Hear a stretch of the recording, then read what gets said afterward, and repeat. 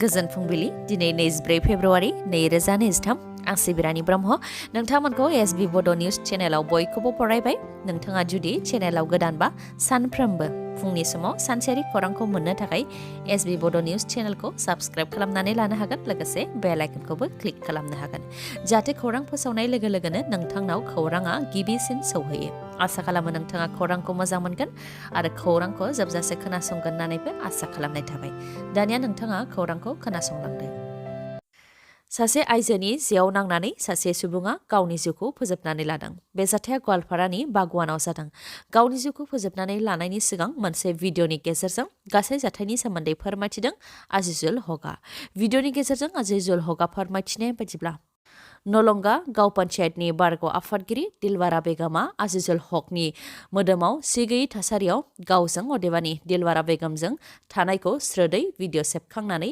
बे भिडिअखौ लानानैनो ब्लेकमेल खालामदों अदेबानि सिगि सग' खालामदों आरो बे खामानियाव दिलवारा बेगमनि फिसाय गुलाम मौलायाबो आखाइ दं होननानै फोरमायथिदों बिथाङा लोगोसे फोरमायथिबावदों दि गाज्रि भिडिअखौ लानानै सिगि सग' खालामनानै दिलवारा बेगमा 25 लाख रां लाबाय आरो बे रांखौ गासैबो हा हुखौ फाननायनि गेजेरजोंसो होनो हादों होननानै फोरमायथिदों आजिजुल हकआ बेनि अनगायैबो बिसिनि NRLMनि पस्टखौबो दाबि खालामबावदोंमोन दुथांफोरा बिसिखौ बुथारनानैबाबो साख्रिखौ होनो थाखाय दाबि खालामदोंमोन जायनि थाखाय गावनि बिसिखौनो खेबनैयै बुथारनोबो नाजादोंमोन नाथाय हायाखै होननानै फोरमायथिदों आरो बेनि सायाव जाहाथे बिजिरनाय होयो बेनि थाखायनो आसामनि गिबि मन्थ्रिनिसिम दाबि खालामदों बिथां आजिजुल हकआ मख'नो गोनांदि रायजो राजाफ्रा फोरमायथिनाय बायदिब्ला दिलवारा बेगमा हौवाफोरखौ जेयाव फोनांनानै बेबायदिनो गोबां लाख रां लुथियो सिगांनि समावबो बेबायदिनो लाख लाख रां लुथिखांबाय होननानै फोरमायथिदों रायजो राजाफ्रा गसाइगावआव गुलि गावनाय जाथाय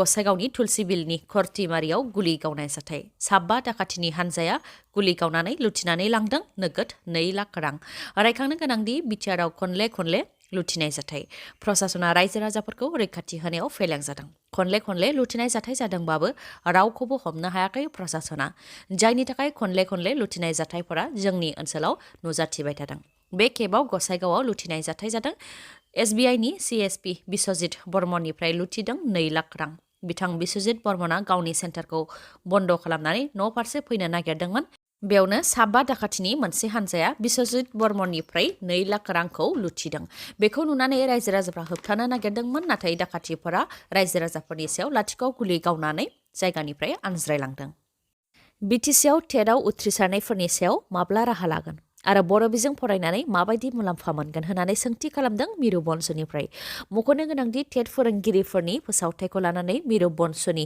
लोगो बुंथिगिरि सन्जीब कुमार बर'नि खौरांगिरि मेलनि गेजेरजों बिथाङा फोरमायथिदों दि साननैसो सिगां प्रमद बर'आ साननैसो उनाव टेट उथ्रिसारनाय बिजाथिफोरनो थिसनथाइ होगोन होननानै खौरां बिजोंनि गेजेरजों बुंथिदोंमोन आरो बेनि सिगाङाव सिटेटफोरा 427 पस्टनि थाखाय केस होदों आरो केस होनायनि थाखाय पस्ट रिलिज खालामनो हायाखै होननानै बुंथिदोंमोन नाथाय सिटेटआ केस होनायखौ थांनाय 9 फेब्रुवारि 2023आवनो गुवाहाटी हाइकर्टआ फोजोबबाय दा केस जोबनायनि उनाव सोरखारा माब्ला राहा लागोन बेखौ समाजसो खोन्थागोन होननानै फोरमायथिदों मिरु बंस'नि लोगो बुंथिगिरि सन्जीब कुमार बर'आ लोगोसे बिथाङा बुंथिबावदों दि गुन गोनां सोलोंथाइ होनो थाखाय गोबां खामानि मावनो गोनांथि दं नाथाय खुगाजोंल' बुंबा जानाय नङा मानोना LPआनो गुबै गुदियावनो फोरोंगिरि गैयाबा फरायसाफ्रा माबोरै गुन गोनां सोलोंथाइ मोननो हागोन होननानै बुंथि बिथाङा आरो गुन गोनां सोलोंथाइखौ लानानै सिगांनि सोरखार आरो दानि सोरखारा गोबां खोथा बुङो नाथाय दासिमबो टेटनि रिक्रुटमेन्ट प्रसेस होनो हायाखै थांनाय 12 खालाराव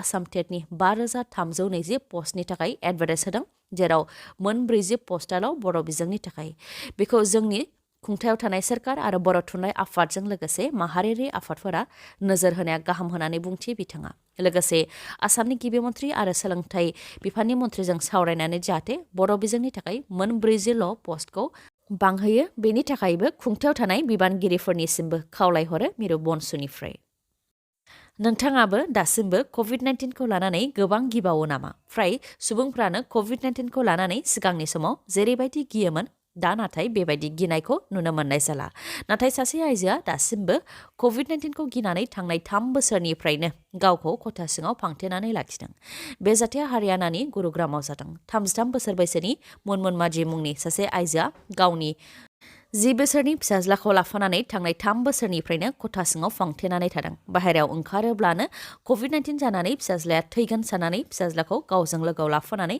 खथायावनो फांथेनानै थादों आरो गोनां जानाय मुवा बेसाद जेरै जाग्रा लोंग्रा मैगं थाइगं गासैखौबो अनलाइननि गेजेरजोंनो बायजोबदोंमोन मुनमुन माजिया।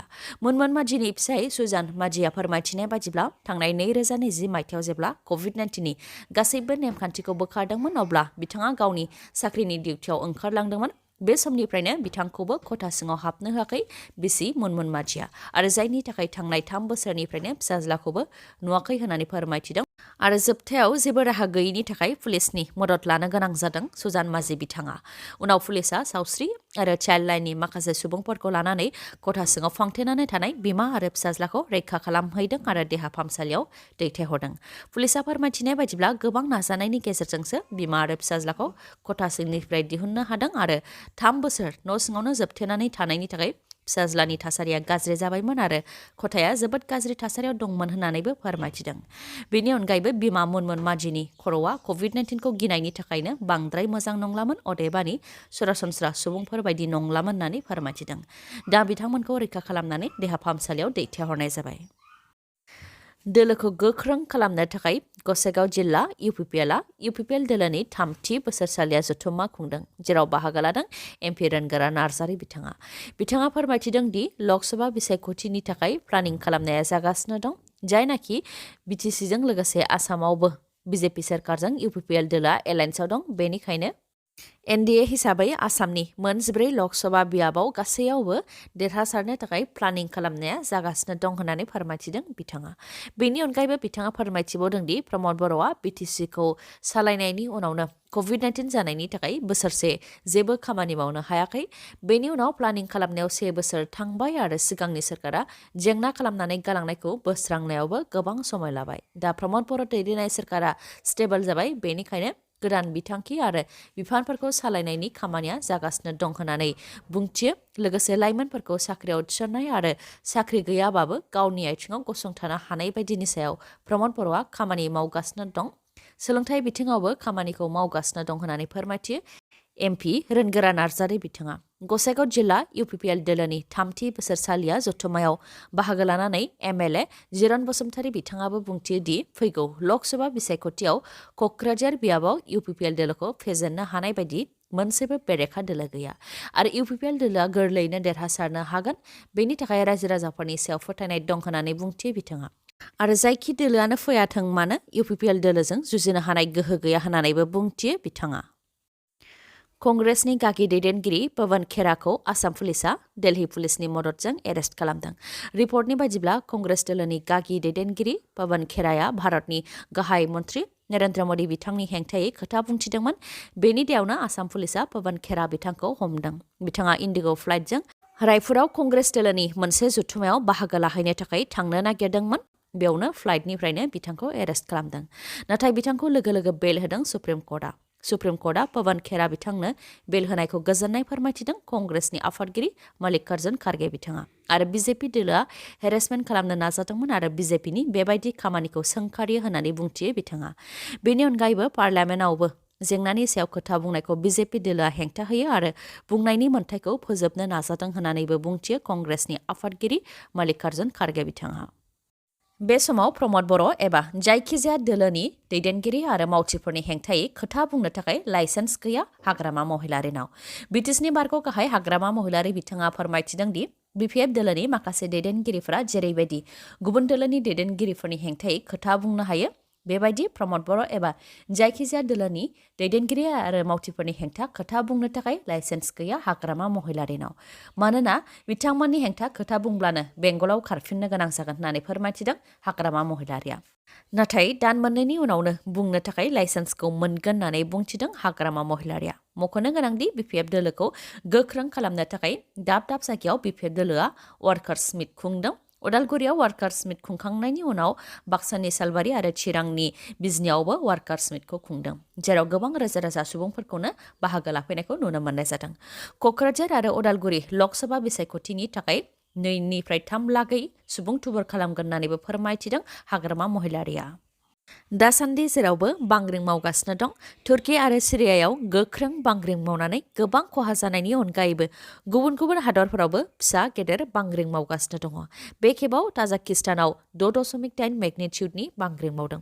US जिअलजिकेल सार्भेनि बायदिब्ला आफगानिस्तान आरो ताजाकिस्ताननि सिमा गर्नो बादाखसानावमोन बांग्रिंनि एपिसेन्टारा। नाथाय बे ओनसोला हाजो ओनसोल जानायलाय आरो सुबुं अनजिमाया खम जानायलाय 6.9 मेगनिट्युडनि गोख्रोङै बांग्रिं मावदोंबाबो न'बांफोरा गोबां खहा जायाखै आरो रावबो सुबुंनि जिउ खहा जानायनिबो रिपर्टआव मोननाय जायाखै। रिपर्टनि बायदिब्ला 6.9 मेगनिट्युडनि बांग्रिं मावनायनि 20 मिनिट उनावनो फिन 5.0 मेगनिट्युडनि बांग्रिं मावबावदों। खौरांखौ जोबजासे नायनायनि थाखाय गोजोन्थों। नोंथाङा जुदि खौरांखौ मोजां मोनदोंबा अन्नानै लाइक, कमेन्ट आरो शेयार खालामनो दाबाव। गोजोन्थों।